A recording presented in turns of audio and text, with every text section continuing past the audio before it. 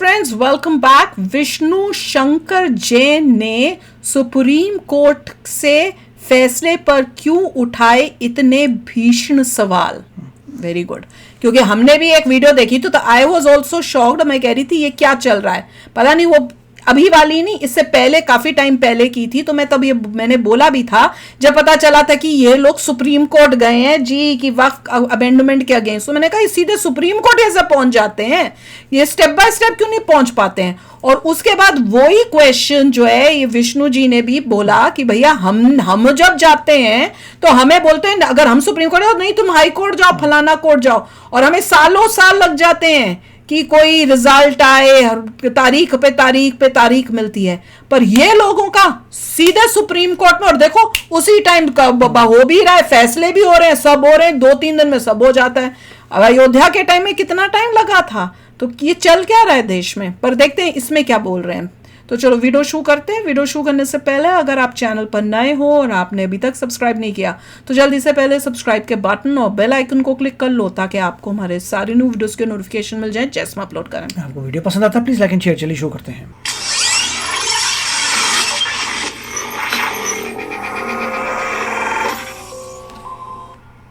साल से पूरा इस देश के सुप्रीम कोर्ट के फैसले में इतनी ताकत होती है कि आम आदमी से लेकर प्रधानमंत्री तक को सुप्रीम कोर्ट के फैसले मानने पड़ते हैं। लेकिन आजकल जिस तरीके से सुप्रीम कोर्ट के फैसले आ रहे हैं वो आम जनमानस के साथ साथ ही वकीलों में भी चर्चा का विषय बन रहा है। 2 दिन से वक्फ संशोधन कानून को लेकर सुप्रीम कोर्ट में बहस चल रही थी, जिसे लेकर सुप्रीम कोर्ट का एक अंतरिम आदेश आया जिस पर सुप्रीम कोर्ट के वकील विष्णु शंकर जैन ने बेहद ही गंभीर सवाल उठाए हैं। और इस तरीके से सवाल उपराष्ट्रपति जगदीप धनखड़ ने भी उठाए हैं। दोनों ने सवाल आपको दिखाएंगे क्या कुछ कहा है और चर्चा भी करेंगे। लेकिन पहले सुनिए विष्णु शंकर जैन ने इस मामले पर क्या कुछ कहा। हम सुप्रीम कोर्ट आए थे सीधे, तो बोला गया सुप्रीम कोर्ट सीधे क्यों आ गए। और 7 साल से पूरा समाज इस देश के अलग अलग हाईकोर्ट में स्ट्रगल कर रहा है। 140 से ज्यादा याचिकाएं देश के अलग अलग हाईकोर्ट में दायर हो चुकी हैं, आज तक कोई इंटरिम रिलीफ नहीं मिली है। तो क्या पैमाना है, क्या मापदंड है कि एक पक्ष सुप्रीम कोर्ट आता है और उसकी सुनवाई की जाती है और फटाफट होती है के लिए एक बात की जाती है। तो ये कानून यही चीज सुप्रीम कोर्ट के जजेस कहां से आए थे? लागू होनी चाहिए। Point number 1। पॉइंट नंबर 2 मैं आपको बताना चाहता हूं कि अभी 4 राज्यों के जो एंडोमेंट एक्ट है जिससे हिंदू मंदिर को टेक ओवर किया गया है, उन 4 राज्यों के एंडोमेंट एक्ट की सुनवाई पिछले 13 साल से सुप्रीम कोर्ट में चल रही थी। और हाल ही में सुप्रीम कोर्ट ने फैसला दिया है, मैं ऑनरेबल जजेस का नाम नहीं लेना चाहता हूं, जिसमें सुप्रीम कोर्ट ने कहा कि सारे मैटर हाई कोर्ट में चले, हम यहाँ पे इसको क्यों सुने। तो जो ये एक बात 13 साल के बाद डायरेक्टली इसको क्यों सुने, ये सवाल इस केस में क्यों नहीं पूछा जा रहा है, ये सारी बातें कोर्ट के सामने रखेंगे।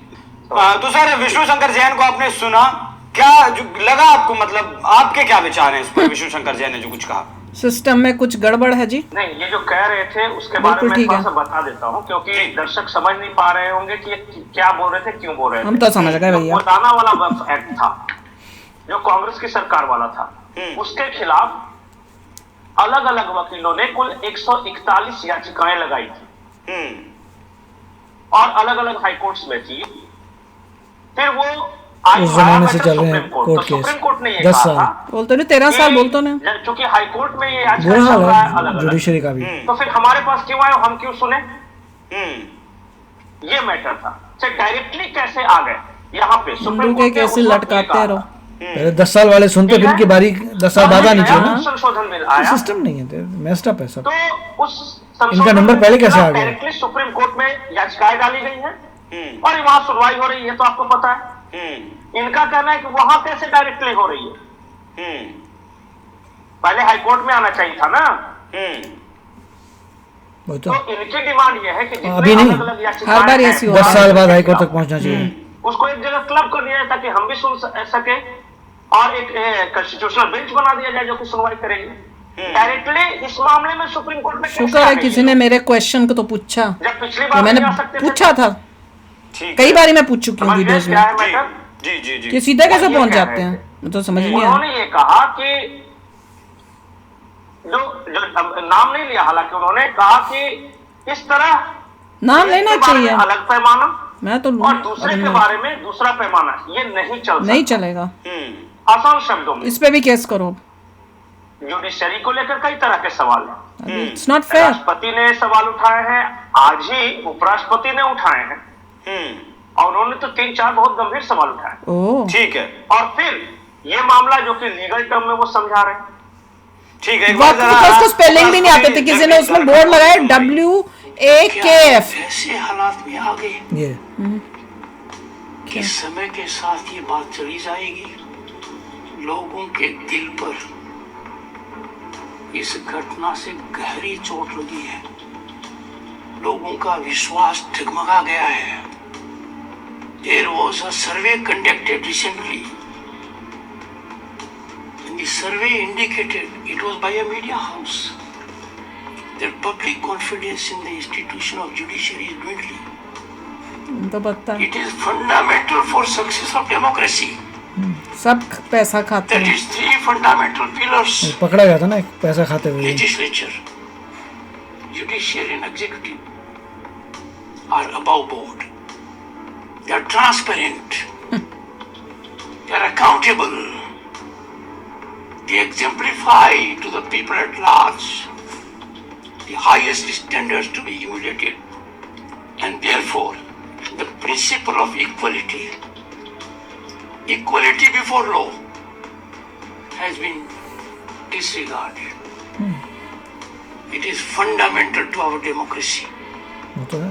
It is nectar of our democracy. Time for us to enforce it. देखिए, आज उपराष्ट्रपति जब बोल रहे थे ना, तो उन्होंने 3 बेसिक सवाल उठाए। पहला सवाल ये कि क्या जुडिशियरी बाकी सबसे ऊपर है?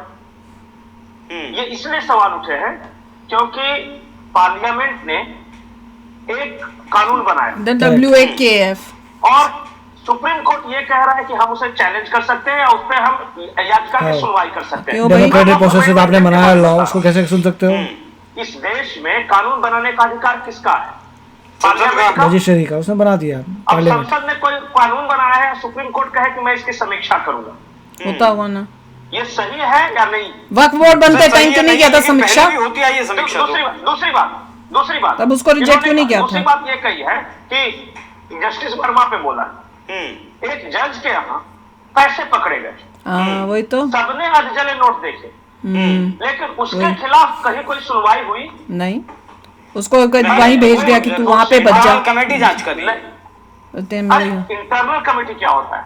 एक याचिका नहीं लगी, ये सुनवाई किसने नहीं की, और उसको वहीं भेज दिया था कहाँ? कहीं और पोस्टिंग हाँ, वही इलाहाबाद में शपथ भी ले ली इलाहाबाद में। अब बताइए, वो वहां पे जज बन के बैठा है। कहा कि खुद में तो 56 छेद है, आपके यहाँ कितना भी गड़बड़ कोई पकड़ा जाए तो कोई कार्रवाई नहीं, लेकिन संसद, इस देश की पार्लियामेंट कोई कानून नहीं बनाया तो आप बैठ, वो भी अच्छा कानून, देश का सुधार गया। आप नहीं चलाओगे, देश की संसद चलाएगी, लोगों का जो प्रतिनिधि है वो चलाएंगे, यही संविधान में व्यवस्था है। ऐसे दिख रहा है कि इंडिया की लॉ एंड ऑर्डर बहुत खराब है। लॉ एंड ऑर्डर भी खराब हो गया है, पहले नहीं पहले था। भी था, हमारे टाइम में तो था, मतलब स्लो था, मगर ये नहीं था कि इस तरीके से आप मेरे हिसाब से डेमोक्रेटिक प्रोसेस को लॉ बनता है उसको भी आप सुनवाई हो सकती है। अरे तब बल्कि और खराब था। क्यों? क्योंकि जब ये वक्फ बोर्ड बनाया गया, उनको इतनी ताकत दी गई, तब लॉ एंड ऑर्डर क्या घास चरने गया हुआ था, सो रहा था? तब कैसे ये अलाउ कर दिया सब कुछ? जो भी मतलब ये सब जो गंद मचा हुआ है देश में, तब क्या हुआ था? नहीं, उस वक्त पार्टियों ने अपने डेमोक्रेटिक प्रोसेस से उसको पास करा दिया था। हाँ, तो तब पास कराया, तब सुप्रीम कोर्ट सो रहा था, तब क्यों नहीं कुछ हुआ? अब जब उसको हटा रहे तब क्यों हो रहा है? जब कांग्रेस की एब्सोल्यूट मेजॉरिटी थी तब उन्होंने अपने लीगली उसे पास करा दिया। ऑपोजिशन ने उस वक्त, मुझे पता नहीं कि उसके अगेंस्ट कुछ किया नहीं किया, एक्चुअली किया, और ये 141 उन्होंने डाले, 141 हाई कोर्ट में सड़ रहे हैं। वही तो कह रही हूँ कि जब बेचारा अब जब पास किया गया उसका अमेंडमेंट, तो वो सुप्रीम कोर्ट के पास जा रहा है। इसका मतलब आपने माइनॉरिटी को ज्यादा दी है पावर। ये कौन सा देश है? ये कौन सा कैसा देश हो गया जब बेचारी मेजॉरिटी पिस रही है और सो कॉल्ड माइनॉरिटी उसका तो राज हो रहा है, वो दबदबा हो रहा है, वो वही। अनलॉफुल एक्टिविटीज कर रही है देश में। वही These are all मतलब unlawful विष्णु शंकर steps. जी ये कह रहे वही हैं तो, कि बिल्कुल जब सही। वो लॉ पास हुआ था तब हमने फाइल कर दिए थे लॉ सूट्स, और वो हाई कोर्ट में अभी तक पड़े हुए 13 हैं, साल हो रहे हैं। गए। और यहाँ पे जब अमेंडमेंट आया तो वो सुप्रीम कोर्ट के होके चला हाँ, गया। और इमीडिएटली 2 दिन नहीं हुआ, और उसके बाद स्टे ऑर्डर भी दे दिया कि अभी Something is messed up. अभी बहुत क्या स्टे messed up ऑर्डर है। दिया है कि वक्फ बोर्ड अमेंडमेंट बिल को इम्प्लीमेंट नहीं करो। अब इनको ये चुनाव देखना करना। पड़ेगा कि जुडिशरी में जो जजेस हैं हाँ, वो क्या किस है? प्रोसेस से आ रहे इन हैं। सबको किसी ने उस प्रोसेस को भी इन्फिल्ट्रेट कर लिया है। हाँ, और साथ में करप्शन कितनी है यहाँ पर, और कौन कौन करप्ट जजेस है, उनके ऊपर एक्शन लिया जाना चाहिए। वेरी इंपॉर्टेंट भैया। एक जगह थी जहां पे लगता था कि एटलीस्ट यहाँ कोर्ट में केस सुनवाइयां सच्ची होंगी भाई, पर वो भी शक, वो तो मैंने बोल ही दिया था 2-3 बारी जब ऐसी चीजें हुई, मैंने कहा मुझे तो शक हो रहा है अब यहाँ पर भी। तो चलो आप भी शेयर करना अपने थॉट्स। चलते हैं, मिलेंगे नेक्स्ट वीडियो में बहुत ही जल्द। Till then take care and bye bye. तो अगर आप मेरे इस चैनल पे नए हो तो जल्दी से सब्सक्राइब के बटन को हिट करो और बेल आइकन को क्लिक करो, ताकि आपको मेरा जब नया वीडियो मैं लगाऊं आपको उसके बारे में जल्दी से पता चल जाए।